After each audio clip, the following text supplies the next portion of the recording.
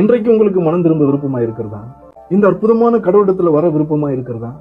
இந்த கடவுளை மதிக்கவும் இவர் சொல்லுவதை விசுவாசிக்கவும் உங்கள் மனதை திருப்ப விருப்பமா இருக்கிறீர்களா? நிச்சயமா இவரிடத்துல நீங்கள் ஓடி வரலாம். அநேகர் பாருங்க திருமணம் நினைக்கிறாங்க, ஆனா பிசாசு எப்படி இல்லாம டைவர்ட் பண்ணிடுறான். எவ்வளவு நேரம் இருக்குது மனிதர்கள் கடவுளை தேட, அவர் அண்டையில வர, அவரை தன்னுடைய சொந்த ரட்சகரா ஏற்றுக்கொள்ள. வேதம் வாசிக்கிறதுக்கு நிறைய நேரம் இருக்குது, ஜெபிக்கிறதுக்கு நிறைய வாய்ப்பு இருக்குது, எல்லா காரியங்களும் இருக்குது பாருங்க. ஆனா திரும்புறது இல்ல, எங்கெங்கயோ திரும்பிடுறாங்க. ஏன்னா என்ன பண்றாங்க இந்த லாக்டவுன் பீரியட்ல? தாயத்தை விளையாடி நேரத்தை போக்குறது.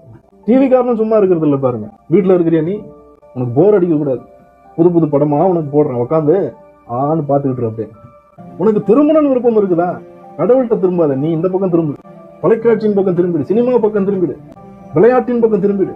எப்படி இல்லாம திரும்பிடுறான் பாருங்க ஜனங்களை. திரும்புறதுக்கு மனதா இருந்தா ஆண்டவர் சொல்றாரு, என்னிடமாய் திரும்ப, என்னிடமா திரும்ப. ஒத்தாசை வரும் பர்வதமா என்ன வை.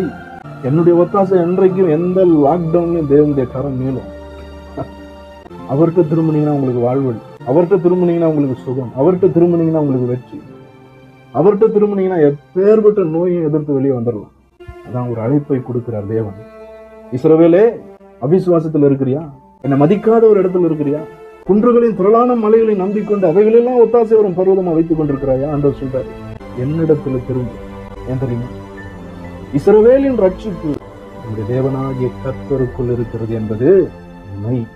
அதான் தாவீது சொல்றான், எனக்கு ஒத்தாசை வரும் பருவதங்களுக்கு நேரம் என் கண்களை ஏறெடுக்கிறேன்.